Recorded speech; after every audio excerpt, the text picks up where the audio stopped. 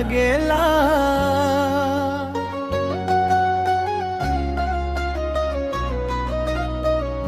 तोहरे ओठ के ललिया जैसे पान लागेला। तोहरे ओठ के ललिया जैसे पान लागेला। देखत ही दिलवा के अरमान जागेला। देखत ही दिलवा के अरमान जागेला।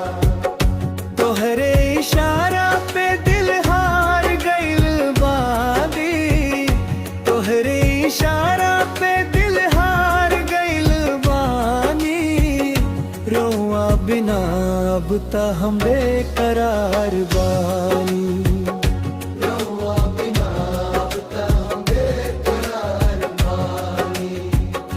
कजरारी अंखिया में डूबल बा संसार।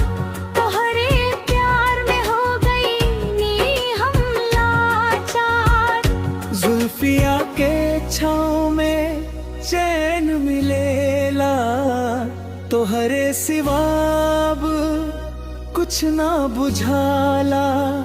जब हंसेलू त लगे सवेरा हो गई। तोहरे नाम से दिलवा बसेरा हो गेला।